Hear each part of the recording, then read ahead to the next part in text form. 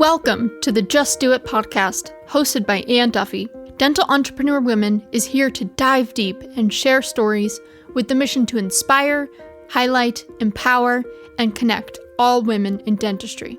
Hi, everybody. It's Duffy, and welcome to the Just Do It podcast. I have a very special new friend, amazing woman on with me today. But before we get started, I want to tell you a little bit about her. Dr. Valerie Woo is a mom of four, a pediatric dentist, entrepreneur, and consultant who helps leaders grow without burnout. She's completed an endurance challenge climbing the equivalent of Mount Everest, 29,029 feet, loves to travel 30 plus countries, and is on a quest to run all 7 world marathons majors. Please help me welcome a superstar, Dr. Valerie Woo. Hello, Valerie. How are you? I'm doing great. I'm feeling like a slacker, though. I'm going to tell you, I can hardly walk around the block, and you're doing these marathons. You got 4 kids. I just can't even imagine how you do it all. And you do it with such grace and poise. Amazing. I want to know how you got started with the marathons, because I think that's so interesting. You've got 4 kids. You're practicing dentist. I mean, where did this all begin? And it's carried through until this day. So I started dabbling in running when I was in college, and that was my way of de-stressing. Mm-hmm. So I think my first race was like the breast cancer 5K, back 25 plus years ago. And then when I got into dental school, I went to Harvard, loved Boston. And of course, the Boston Marathon always, is a huge race in the city. And so we never have school or no one works. And so just to witness the Boston Marathon inspired me to be like, okay, can I one day do a marathon? So I started off with a half marathon. And when I was at Harvard during my first year, they did their inaugural half marathon in Boston. So I joined that for the first time. And a couple of my other dental student friends, we ran it together. So then I caught the bug. I did the Marine Corps Marathon. Oh, wow. 2010. So after I had my 3rd child, and I thought that was my last, I said, okay, I'm going to train for my first marathon. So I did it in 2010. And I have since then run 14 marathons. Oh my gosh. So I've done 3 out of the 7 majors. So I have done all the ones in the United States. I've done New York, Chicago, and then I qualified for Boston. So I ran Boston. And then I'm running one in December. So I'm doing Kiawah Island Marathon. Oh, you're right down the road from us in December. So I'm excited to do that one. I've been to Kiawah and I absolutely love it. And my daughter goes to school in Charleston. So I have to drive her back home after she's done with her finals. So I said, well, why not run a marathon first and then I'll drive up. Oh my gosh. That's going to be a lovely marathon because it's flat, right? Kiawah, the whole thing is flat. And then you got the sanctuary. I know. I talked to Olivia and she's like, oh, I love the sanctuary. I'm like, well, of course you do, darling. It's so bougie like your mama. And that just sounds yummy that you guys can share that together. And do you run every week? I do. I just ran today. So I run about 4 or 5 times a week.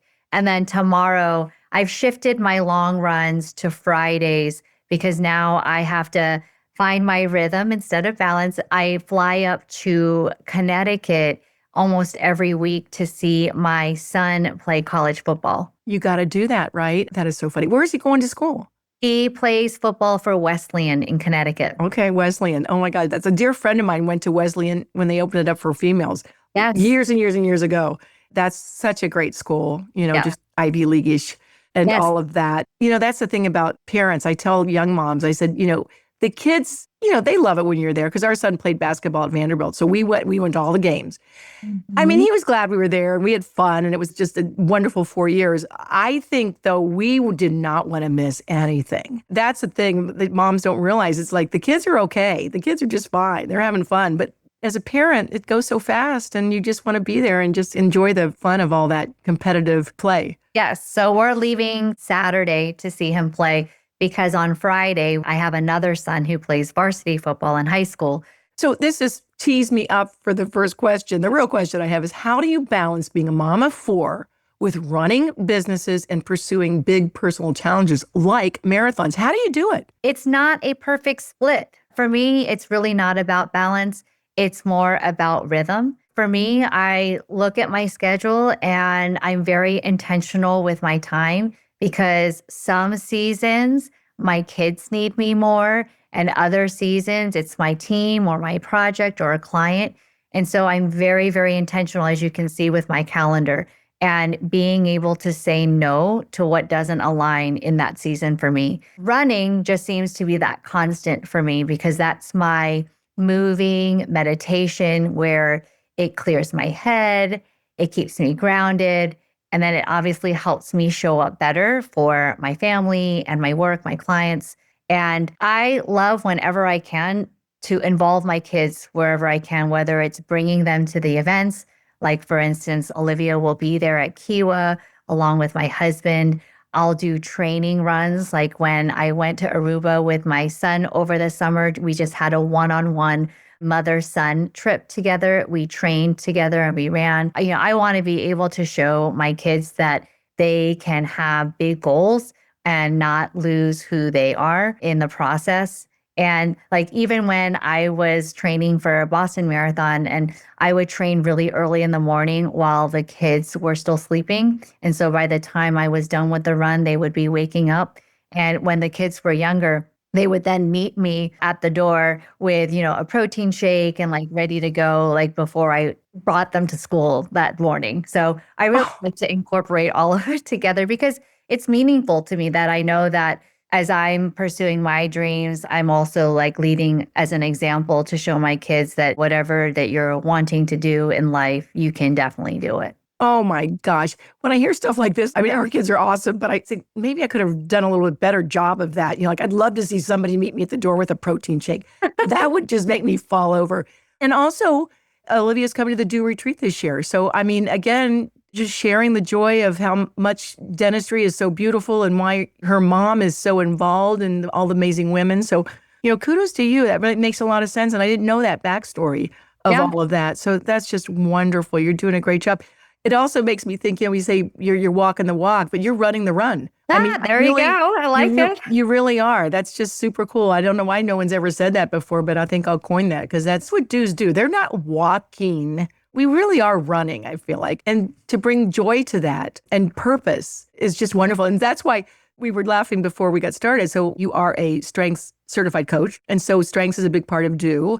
11 is the first time strategic turns up on me. So I never think about putting things in place in my life. I just go fast. But with you got futuristic, that is such a strategic thing. You can look, and that's why you have everything kind of mapped out in your head and your calendar. That makes perfect sense how you can accomplish those things with intention. Yeah, life to me is pretty much happened. My intention, the strategic part of it, I need some help. So I'm learning from you right now. This is just really, really cool. I love it. When we bring up Olivia this summer, I mean, we had spent so much time together, not just as mother-daughter, but, you obviously saw her in Philadelphia. Mm-hmm. She went on a dental mission trip with me just a couple of weeks ago to Guatemala. And I went to her school to teach young entrepreneurs my business framework that I use. And so it's just been such a joy to not only spend time with her as a mom, but also, we're creating something together. And so it's been just phenomenal. That's so beautiful. So is it one daughter and 3 boys? It is. Okay. We just love our boys, but there's nothing like a daughter as well. So that's just so beautiful. So beautiful.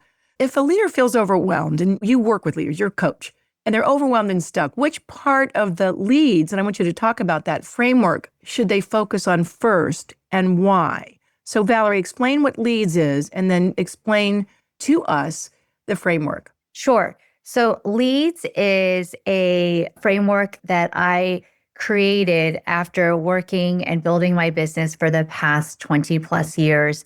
And it's all of, the wisdom from all these amazing thought leaders that, wrote amazing books and coaches that I've worked with throughout the years. And, as you think about, I'm a visionary and that I can create things, I pulled all the best of the best and I created this framework that I have coined as the LEADS framework. And so it first starts with L, which is your leadership, leading with intention. And then there's E for empowerment, which is not only empowering you, but also empowering others, which is your team. A is attraction. So that's the marketing. So attracting opportunities and attracting the right client or patients, depending on what kind of business that you have. D is for developing systems, right? So whether it's your operational systems, clinical, back, whatever your systems are. And then S, super important, is the sustainability. So sustain yourself. So that's self-care in order to be your best self. So I've incorporated it into all as the LEADS framework. And to answer your question and what I feel that they should focus on first and why, I think that it should be L, is that lead with vision. Because I think with overwhelm, that often means that you've drifted from your clarity, reacting to what's urgent instead of focusing on what's important. So by having that vision creates a filter. So if something doesn't move you towards your vision, it's an easier way to say no or not right now because it's not aligning with your vision. So when you're clear on where you're going, decision-making can get a lot easier. Priorities start to fall into place, and then you instantly feel more in control instead of being overwhelmed. So for instance, I once worked with a dentist client who was drowning in tasks. Once we clarified what her vision was, she was able to ask that question, is this part of my vision? Is this part of my core focus? And so she was able to then not feel so overwhelmed in her task and was able to prioritize appropriately. Does that make sense? Yeah, it does. Because I think as women, we want to please people, especially if you're a people pleaser, then you say yes to everything, whether it's aligned with your vision or not, then you're overwhelmed, you get nothing done, you get burnt out, and just to focus. And then it gives you permission to put some guardrails up. Yeah. Create those boundaries. And it's out of love. I mean, it's not out of, so many people feel like they're hurting somebody or that they don't feel worthy that they can put guardrails up.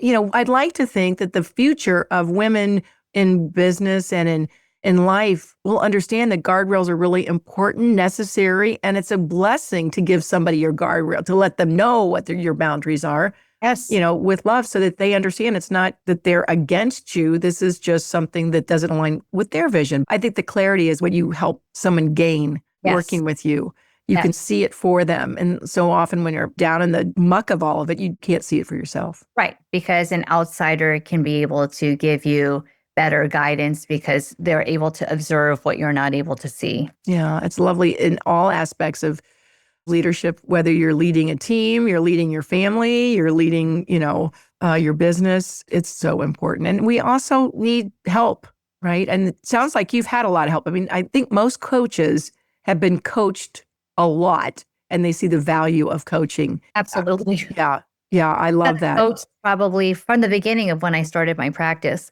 I've always had a coach, different types of coaches. I'm currently working with a mindset coach now. So love that because she just really helps me put things into perspective and to see things differently. How do you find your coaches? Is it word of mouth, referrals? If you're looking for a coach, how would you go about doing that? I'm in part of a lot of groups. When I was practicing dentistry, it can be very easy to be in your own little bubble. Besides having my own coach, because of my kids, I was in a very small bubble because at that point, I didn't feel like I had the bandwidth to then be a part of other groups. But because I brought in my perspective and I saw the value of joining, you have to put yourself out there in order to grow and be surrounded by other like-minded, potentially just women, but like-minded people around you. For me, it helps even make me become more creative because when you work with other people's strengths, then you can obviously see that so many things are then limitless when you surround yourself with other people. I just grew my circle more. And I had to believe in myself as well because I thought I considered myself an introvert, and at times I am. But when I believed in myself and I knew I could go out there, then you create this energy and then you start to attract other people that have similar like-minded beliefs. That'll push you a little bit when you Right. get a little stuck and they've got their arms wrapped around you. And then you feel like you're contributing to their success as well, because that's an endorphin, I think, when you just like, oh, look, I'm helping somebody. And isn't that a lovely thing? Well, how long have you been so involved in strengths? How did that come about? So I worked with Laura Brenner. She was one of Okay. my coaches too. After I sold the practice and I started working with her, we just started talking about, I did some energy work with her. And again, I just followed the breadcrumbs. And when we first met and we talked about Clifton Strengths, it was just like a sign for me to be like, oh my gosh, like how is Clifton like coming into my world? And so Yeah. I just felt so drawn to it that I just bit the bullet and I said, you know what? I want to be a Clifton Strengths coach because I believe so much in its power and just learning so much more about yourself and understanding people better Yeah. because you know that these are literally their God-given strengths and everyone is so unique and has something to offer into this world. And when you look at people through that lens, it's just phenomenal. Yeah. They just have a different perspective. And so that's what I love when we come to your events that everybody writes their strengths, because I think it's just an invitation to be like, this is who I am and these are my strengths. And we can collaborate. We can be together. It's great. Yeah. And out of all of them, they're all great. And it's like, I have other gifts, right? We coined that, or Leanne Burnett coined that in one of our retreats. Like, you think that you're maybe not being able to do it, but you just have to have help from others that have different strengths. And they're all wonderful because they're heaven sent, as you and I talked about before. And why do you believe that knowing that is just as important as fixing your weaknesses? Because a lot of people, they focus on their weakness. And we focus on our strengths. Yeah. I think your strengths are where your greatest impact lives, right? Weaknesses, sure, do they matter? But if you focus all of your energy on fixing them, you actually stay in the slower lane. Where Clifton Strengths taught me that leaning into what I naturally do best boosts my confidence, my productivity, and my results. And when you continue to do that with others, then you're boosting that as well. And so when you build a team around complemented strengths, your weaknesses become somebody else's superpower, right? And Yes. that's when the magic really happens. Cool. I love the way you frame that too, because it's like you get a circle of people and, you go around and you have a superpower when you recognize that everybody's got something to give that's really important. And then, and how that makes people feel so much better about themselves. That's what I say. I think when I really found out my strengths, which was 17 years ago now, and it totally changed my life. It's kind of like, why doesn't everybody know about this? This is so cool. I fell in love with myself again. And I really have been on a trajectory. I know that what I'm doing now is what I'm supposed to be doing. I need a little bit of strategic help and futuristic, if you will, to help me get to the finish line, which is where coaches come in, which where you come in. At the Do Retreat, if we found, let's just say there's 35 strengths, and we found 7 people with the 5, like all the different 34 strengths. Imagine like what that superpower would be in that room because everybody's bringing the top 34 strengths in one group. Yeah, we got to figure that out. There's so much to figure out for the retreat. We're so looking forward to it. Oh my gosh, I can't wait. And thanks again for speaking at Nachos when we were there. You did a great job there in enlightening all of us in the room. I mean, it was just a wonderful group of females, honestly. But what we do here flows out into our boys. I think you're just like me. I know I just love my husband to death, and we just celebrated 50 years, and I've seen you and your hubby together, and we love our men and we love our sons, but it's something fun to just get the women in the room, the answers in the ladies' room, and to find some commonality among all of us there. Valerie, I know that women that are listening here probably are saying to themselves, I could use a little Valerie. I could use the Leads program. How do they get in touch with you going forward? We'll have it in the show notes, but tell us how anyone can get in touch with you. Either through my website, drvaleriewoo.com, or you can find me on LinkedIn, Dr. Valerie Woo, or even on Instagram at Dr. Valerie Woo. Super simple. That is super simple. And you're a woo. I'm a woo. That's number one. And I love that we were talking about that. I was so bummed when I found out I was a woo, though. I was like, oh my God, that just seems so insincere and shallow. But I try to stay in the balcony of woo. And once I was aware of that, Woo/relator. Yeah, I know. I just love people. I'm like a little golden retriever, I guess. But it has helped me bring women together and opening the door. I think it lends itself to hospitality. And I think that's something that woos have in common. So I just adore you. I'm so happy that we know each other. I can't wait to give you a hug and Olivia a hug at the Do Retreat. And we will see all of you there. There's seats left, but we are going to have 250 women in the room, powerhouses like Dr. Valerie Woo. So please join us. Check us out on dew.life. And the most important thing, and Valerie, I know you agree with me, keep doing you. Thank you so much. Any parting words, Valerie? No, I am super excited to be at the retreat. It's my first retreat. Love the mastermind, the Do Mastermind. And there's going to be a special Woo jacket being in the fashion show. I heard you've got your own jacket.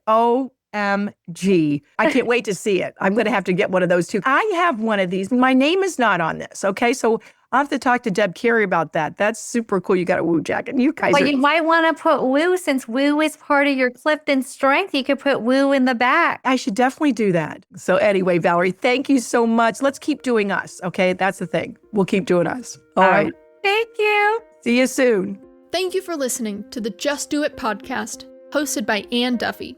To learn more about dental entrepreneur women, to share your story, or to join the movement, please visit our website, dew.life. That is DEW.life. Subscribe to the show on Apple Podcasts or your favorite podcasting app to make sure you don't miss an episode. And in the meantime, keep doing you.